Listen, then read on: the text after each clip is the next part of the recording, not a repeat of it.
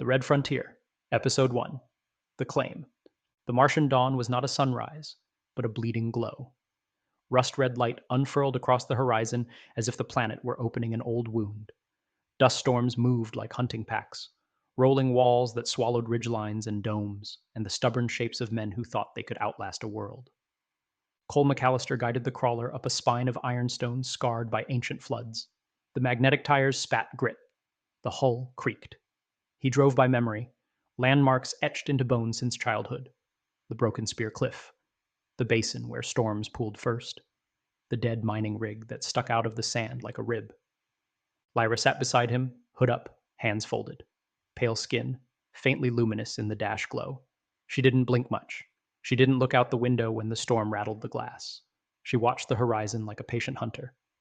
"You've grown quiet," she said. "I'm trying to remember if this ever felt like home." He had left Mars years ago, dragging a bag of bad choices and his father's last words behind him. Out in the belt, he learned how to fix broken airlines with a strip of tape and a prayer. He learned which debts you paid with coin and which with blood.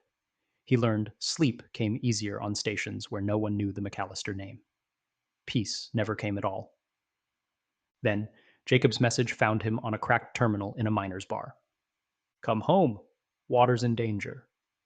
On Mars, water was not a utility. It was law. It was inheritance.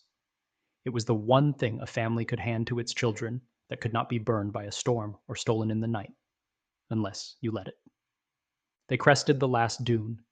The McCallister spread showed itself, glass domes reflecting the dim light like frostbitten eyes, skeletal oxygen towers clawing the thin sky, plasma fence posts blinking along the scrub fields.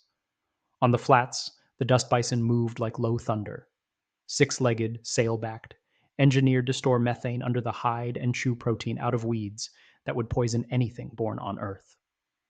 Living tanks built for famine. Cole slowed the crawler. The ranch looked the same and heavier, as if the land had been carrying an extra weight since he left. Lyra leaned forward. "Your breath changed." "Storm grit," he said. "And nerves." She smiled, small, like she'd witnessed an intimate truth. Chapter 2. The Return. The yard was a gouged oval of packed earth, scored by crawler treads and bison hooves. When the airlock cycled and the inner door rolled back, Jacob McCallister stood on the porch of the main dome. Broad-shouldered despite the years, beard white as ice on shade rock, eyes the color of cold iron. "Thought the belt swallowed you," Jacob said. "It tried." Cole palmed grit off his jacket. "I came back." The screen door banged. Riley came out, jaw tight, boot heels biting dust. 2 years younger, built like a spring held too long. "What did you sell to crawl back? Your pride?" "Enough!" Jacob snapped, but he didn't look away from Cole. Maeve pushed through behind them, wiping her hands on a rag. A gray streak cut through her dark hair like an early frost. She stopped dead, then crossed the yard, and shoved Cole's shoulder hard enough to rock him before she pulled him into a rough hug. "You should have written," she said into his coat. "I know." Lyra stepped down from the crawler. Silence stretched. The light caught on her hair like there was a second sun behind the clouds. Riley's lip curled. "And who's this ghost?" "My wife," Cole said. The word landed like a thrown stone. Jacob's gaze cut through Lyra as if he could peel back skin and see the parts that didn't belong to him. Maeve's eyes took it all in, the posture, the calm, the way Lyra didn't flinch. Maeve found her voice first. "We're rough," she said to Lyra, "but we keep our word. Welcome." Lyra inclined her head. "I'm here to stand where he stands."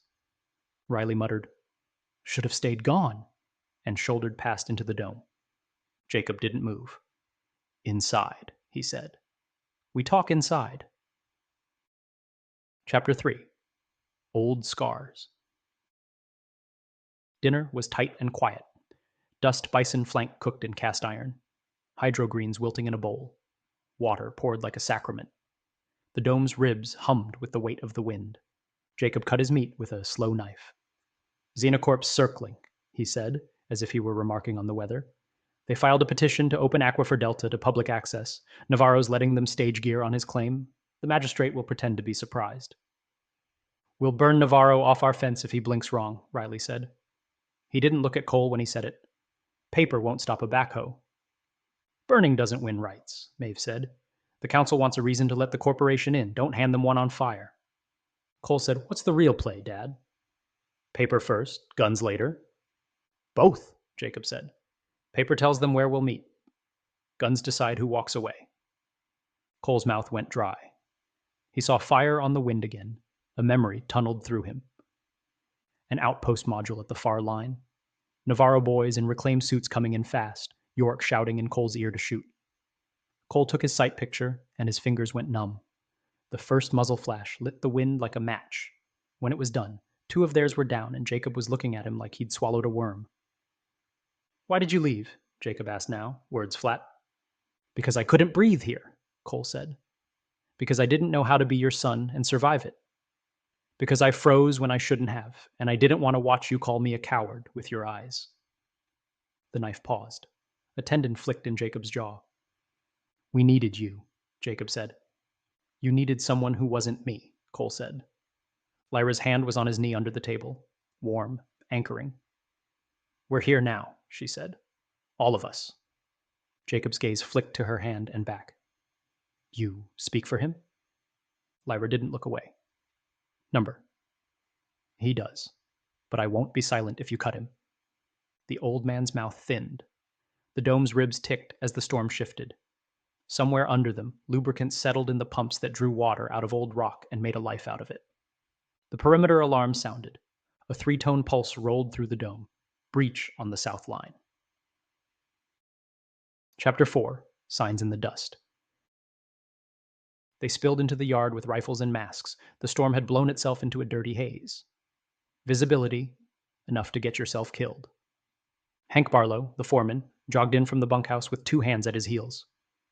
Fence at kilometer 9's cut, he said. Clean slice, new blade. Navarro, Riley said immediately. Or someone who wants us to say Navarro, Hank said. Either way, somebody pressed where we're thin. Maeve, with me, Jacob said. Cole, south with Hank. Riley, keep your head on or stay home. Riley grinned like a dare. I was born with it on. Lyra stepped up. I'll ride with Cole.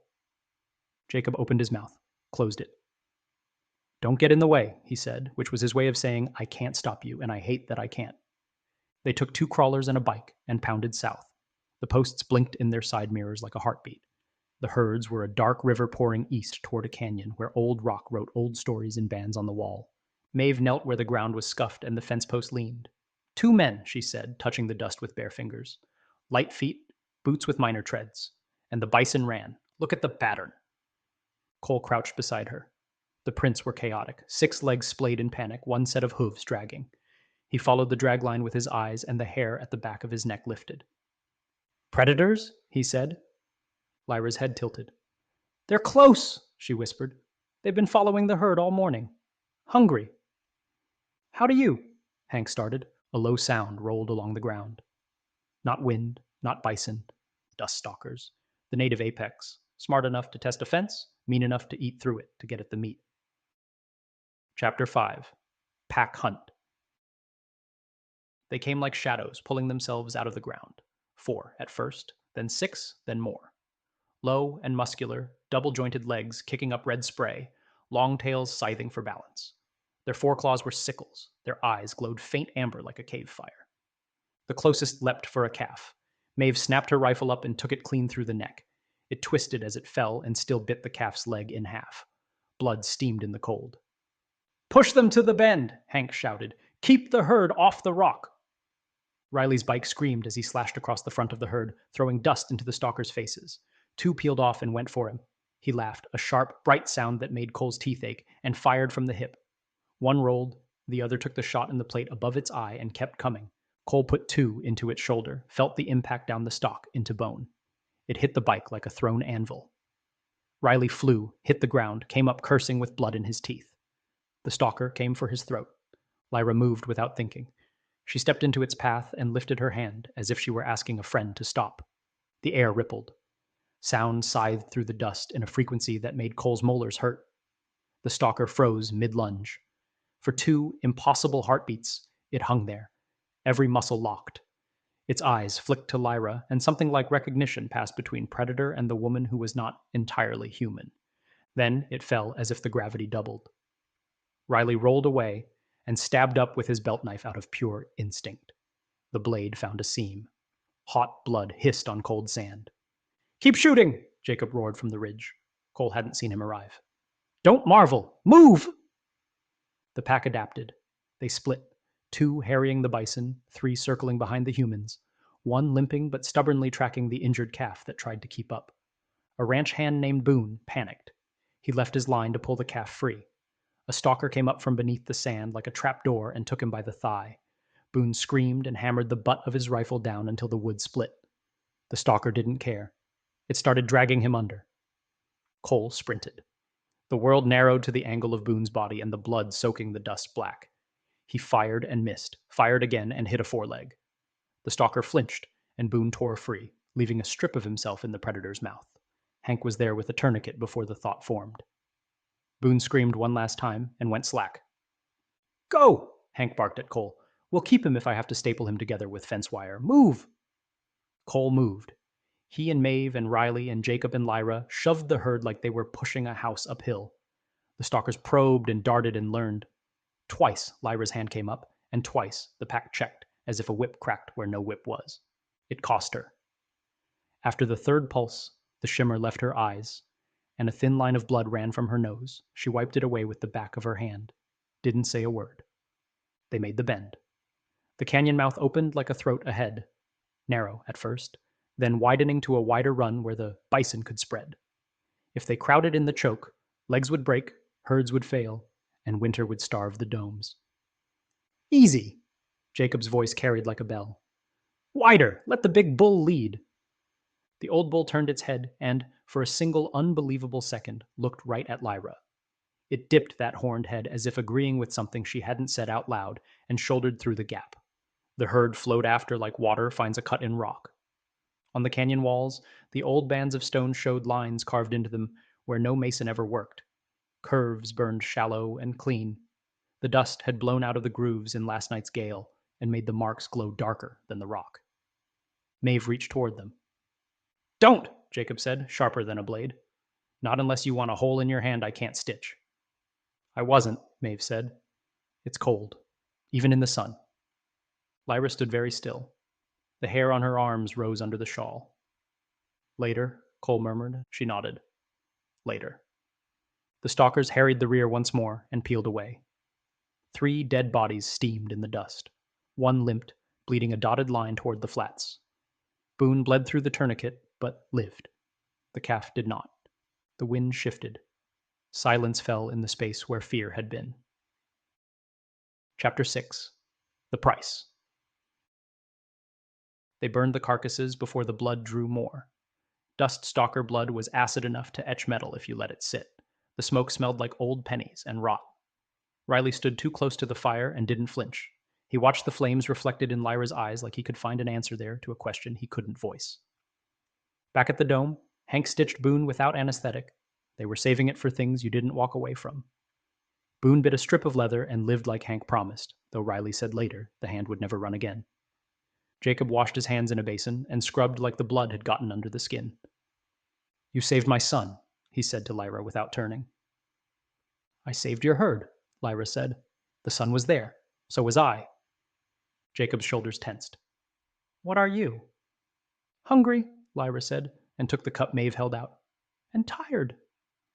"That's not an answer," Riley said. "It's the one you get," Cole said. Jacob looked at Cole. "You left after Navarro's boys burned my outpost, and I called you a coward with my eyes. That's what you think." "I know.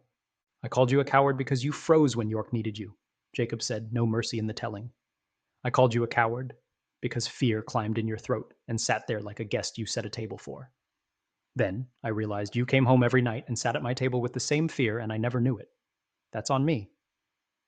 Cole waited for the next thing, the apology that wouldn't come. Jacob dried his hands hard enough to make them red. "You want my respect," he said. "Earn it. On the line. In front of the herd. Where sons are made." "I'll take it where it's given," Cole said. "Or I won't." Maeve stepped between them before the air could spark. We need to talk about town, she said.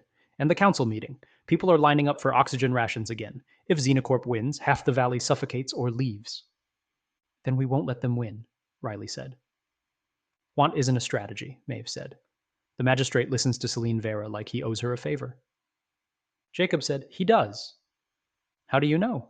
Cole asked. Because I've paid men I despise, Jacob said. I know what their faces look like when they owe a favor and pretend they don't. Chapter 7. Town. They went to town because you didn't win a war without counting your neighbors. Their crawlers joined a line of battered vehicles in front of the trading dome. The air smelled like brine and hot plastic and fear. Colonists stood with their ration canisters, eyes on the meter at the dispensing pump. A woman held a baby and a sign. 3 shares, 2 lungs. McCallister's, a man said as they passed. Not a greeting. A verdict. Jacob didn't slow. He walked like a man on his own land. At the council hall, the mag seal groaned. The room was a circle of old plastic chairs under a dome made of glass panels that had lost their shine. The magistrate, a man named Breck with a mouth like a purse string, sat under a banner that said prosperity through order. The word order had a crack through it, where a stray bullet had gone wild years back. A woman in slate gray stood at the magistrate's right. She wore a corporate smile and a pin that took the light and broke it into pieces. Selena Vera, she said, when Jacob looked at her like a math problem. Regional Director, Water Adjudication. I believe you received our petition. Believe what you like, Jacob said. Selena's eyes flicked over Cole, paused on Lyra as if she recognized a language she did not speak. You have an unregistered resident on your homestead. She's my wife, Cole said. Congratulations, Celine said, as if the word were a formality. Unfortunately, under provisional colony statutes, unregistered off-world personnel cannot participate in any hearing regarding strategic assets, she smiled, to make the process fair. Breck cleared his throat. The council is prepared to grant interim access to Aquifer Delta. Oxygen shortages in Ward 3 are critical. If Xenocorp assumes temporary control, we can stabilize capacity within... You can put a collar on every throat in this valley, Jacob said. Then you can tighten it at your leisure. Celine didn't stop smiling. You've done a heroic thing, Mr. McCallister, building infrastructure others depend on. But heroism is not policy. A murmur went through the colonists packed into the back rows. Some angry, some hopeful, all scared. Maeve stepped forward, ledger tablet in hand. Our flow data is logged and public. We can stabilize the valley without corporate control if we divert to Ward 3, rotate off Ward 5, and use emergency stores for 10 days. Celine said, emergency stores that are on your land. On the valley's land, Maeve said. We've never refused a pump we could afford. Celine looked around the room like it belonged to her. A family cannot be the spine of a region and expect never to be broken under the weight. Cole felt Lyra tense beside him. You speak like someone who's weighed a world and found it light, Lyra said. Or someone who's had to carry one, Selena said. The magistrate banged a cheap gavel. We'll reconvene in 48 hours for an interim access ruling. In the meantime, I'm issuing a directive for partial public draw from Aquifer Delta under council oversight. Meaning your oversight, Jacob said. My offices, Breck said, insulted. Same thing, Jacob said, and turned his back on the room. Chapter 8. Elias. Outside the hall, Maeve handed out 2 canister refills from their emergency cache to women who didn't meet Jacob's eyes. Riley rolled his shoulders like a fighter before the bell. McCallister, a voice said softly. Elias Navarro stood by the shaded side of the dome. He was a year older than Maeve, lean and tired around the eyes. He held his hands open, palms empty. Maeve, he said. Riley stepped between them like a door. Wrong family, Navarro. I came to warn you, Elias said. My father made a deal he can't control. Xenocorp's not just lawyering. They've got private security units a jump away. They're calling it a stabilization force. If the council rules for interim access, those units will land on your tanks with an escort. Maeve's face changed like a window opening. Why tell us? Elias swallowed. Because I can't watch my father give this valley to a company that will sell it by ounces. Because He looked at Maeve and didn't finish the sentence. Riley laughed a little. Because you want something you can't have. Riley, Maeve said, and the one word was enough to make him shut up. Cole watched Elias. He recognized the shape of a man caught between blood and conscience. It was a shape he knew too well. "Thank you," Cole said. Elias nodded once and vanished back into the town crowd like a man who knew he'd be followed. Chapter 9. Night. Back at the ranch, night came quick. The wind died and left a silence that wasn't peace. The herd settled with soft rumbling like an old machine cooling after a long day. They built a small fire behind the bunkhouse. Boone dozed inside with a fever and a rope tied around his wrist so he wouldn't roll off the cot. Hank carved a strip of rawhide into something that might become a handle when he decided what to use it for. Riley sharpened his knife with slow, precise strokes. The sound ticked like a clock. Jacob sat with a mug of coffee and didn't drink it. Cole stood at the rail and watched the stars come out like a rumor. Maeve leaned against a post with her head tipped back to read constellations you couldn't see on Earth. Lyra walked down the fence line with her hands on the wood like she was taking a pulse. She stopped by the smallest corral where the calves slept. One was restless, a scrape along its knee oozing slow in the starlight. Lyra hummed a tune that didn't have notes. The calf's breathing steadied. She touched the edge of the wound, and the oozing slowed like it had been convinced. Riley watched, and his mouth flattened. "Don't do that," he said. Lyra didn't look up. "Do what?" "Witch tricks on our herd." Her hand stilled. "I know animals," she said. "They know me." "You know how to make predators stop in the air," Riley said. "I've seen witches on rockball courts do less with a gambler's rig and a magnet." He took a step closer. "What are you?" Cole said, "Enough!" Lyra stood and faced Riley. "Hungry, tired, married. Part of your family because your brother chose me and I chose him. And when things come to break your bones, I will stand in front of you whether you deserve it or not." Riley didn't answer. He flicked his knife open and shut, and then stood and walked away into the dark. Jacob watched him go. "You should have come home sooner," he said to Cole and went inside. Maeve came to the rail. "He doesn't know how to forgive because forgiving feels too much like losing." "I know," Cole said. "I was raised by the same man." Maeve bumped his shoulder with hers. "Don't run again." "I'm here." "For how long?" "As long as I'm needed," he said, and wished the words sounded less like a purchase and more like a promise. Lyra stared at the ground. "Do you hear it?" she asked softly. "Hear what?" Maeve said. "The hum," Lyra said. "Under the floor of the world." Cole listened. Wind. Cattle. The soft hiss of a tower. "I don't hear anything," he said. Lyra's eyes flickered with a faint internal light. "It's waking up." Chapter 10. Law. Morning came thin and brittle. A colony deputy banged on the door like he owned the hinges. Two more stood on the step in gray, eyes flat. "Jacob McCallister," the first said. "By order of the magistrate, you're to present yourself today for interim access proceedings. Until adjudication, council oversight is authorized to draw from Aquifer Delta to stabilize Ward 3. "That's theft in a suit," Jacob said. "It's law," the deputy said, and didn't sound convinced. Behind the deputies, a drone hovered at shoulder height, camera tracking. It projected a hollow stamp in the air. "Public use order. Aqua Delta. Interim access. Celine Vera approved." "Get that thing off my porch," Jacob said. "It's here to document compliance," the deputy said. "You'll document me closing the door on its face," Jacob said, and did so.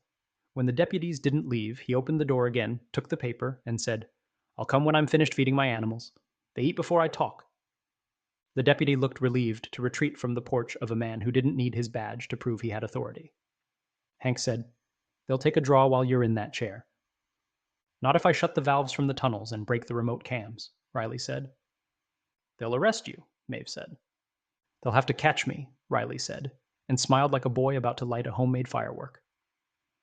"Enough," Jacob said. "We do this clean. They want to make me shoot first. I won't." He looked at Cole. "You ride with me." There was no test in the words now. Only a command that recognized what a man could carry. Cole nodded. "I ride." Lyra put a hand on his arm.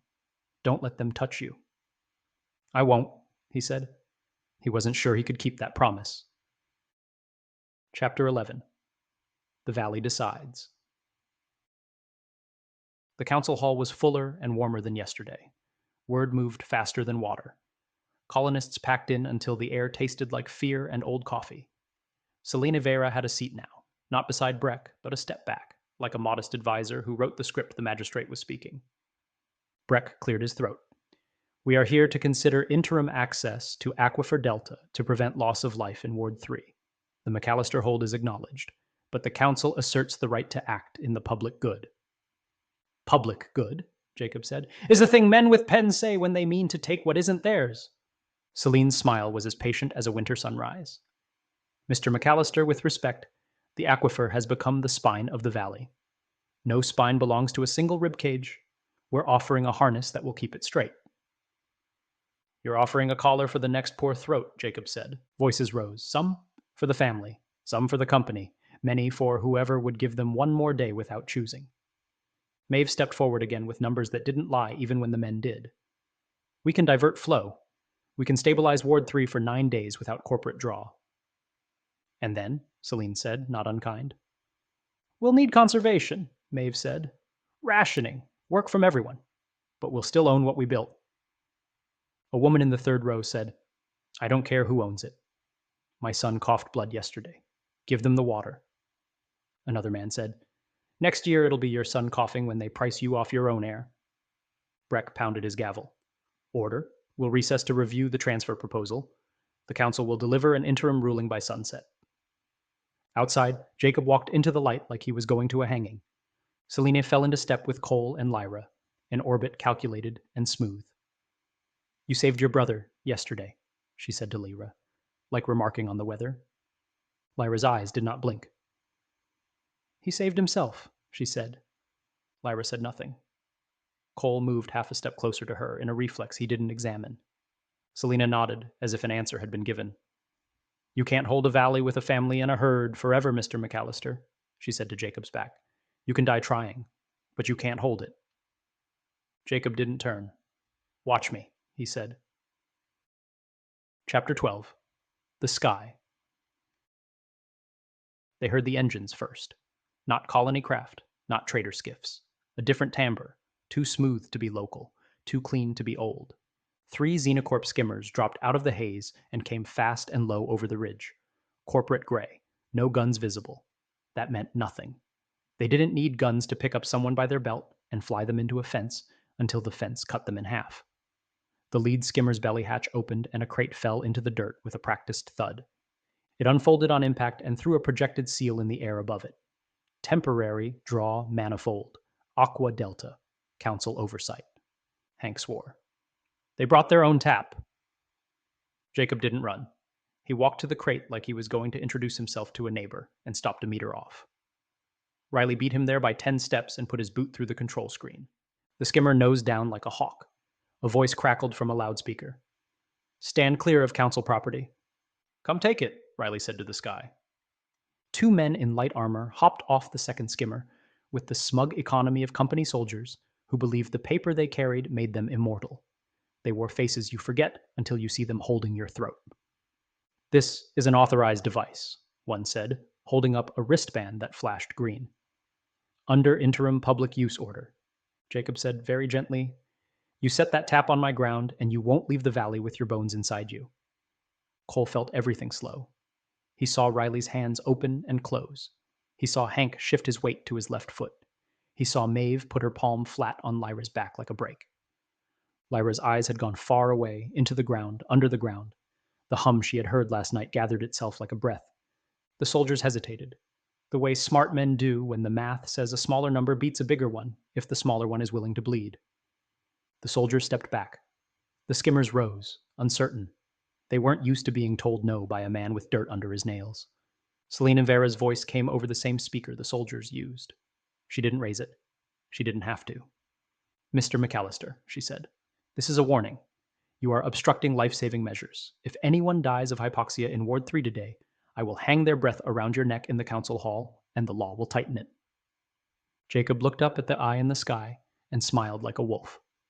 You'll need a stronger rope, he said. Chapter 13.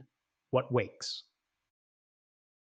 They left the crate sitting in the dirt like a thrown gauntlet. The skimmers returned to town to drink coffee and count votes. The deputies posted a paper on the McCallister porch that said comply in 10 paragraphs. Riley folded it into a square and stuck it under a table leg that wobbled. The herd huddled tight that afternoon. The wind went light and the world held its breath.